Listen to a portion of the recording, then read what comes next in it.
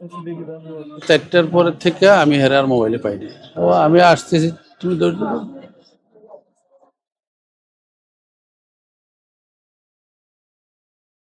মা তুমি চিন্তা করো না, আমি আসছি, তুমি অপেক্ষা করো, রওনা হয়েছি, তোমাকে আমি কুমিল্লা নিয়ে যাব। আরেক পাশ থেকে মেয়ের জবাব, ওকে বাবা, তুমি আসলে আমরা একসাথে খাবো। বাবার কাছে আবারও কল আসে।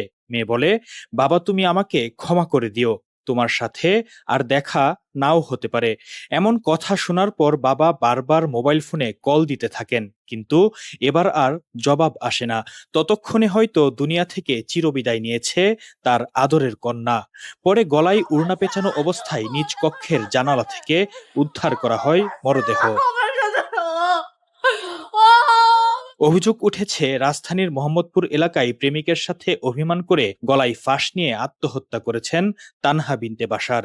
গতকাল বিকেল 5টার দিকে মোহাম্মদপুর নবীনগর হাউজিং এলাকায় এই ঘটনা ঘটে। তানহা কুমিল্লার রেসকোর্স এলাকার বাসিন্দা ছিলেন।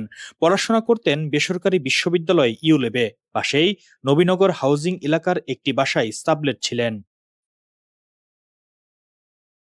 কলেজ জীবন থেকেই তানহার সাথে প্রেমের সম্পর্ক ছিল সাইমনের। দুজনেই কুমিল্লার বাসিন্দা। স্নাতক শিক্ষার জন্য তারা দুজনেই চলে আসেন ঢাকায়।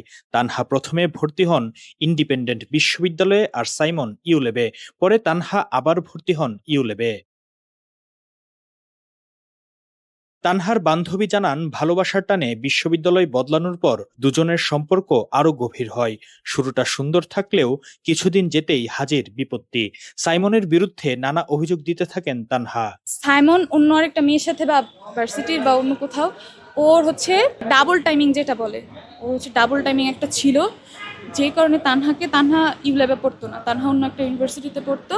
অ্যান্ড ওখান থেকে সাইমন ওকে মানে কমিটমেন্ট দিয়ে যে আসো আমার গার্লফ্রেন্ড, একসাথে পড়বো।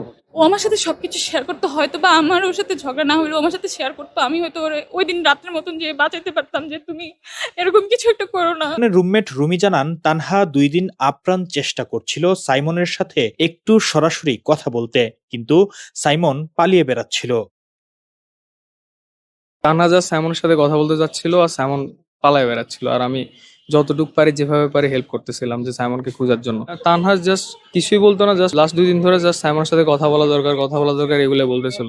সাইমনের হাত আছে বা সাইমনের জন্য এই যে সাইমনের সাথে কথা বলতে যাচ্ছিল, অ্যাটলিস্ট কথা বললে মেয়েরা হয়তো বা কথা বলে শান্ত হতো, বাট ও পালায় বেড়াচ্ছিল। তানহার বাবা কাঁদতে কাঁদতে বলেন, আমি শুনেছি আমার মেয়েকে মানসিকভাবে অত্যাচার করেছে সাইমন।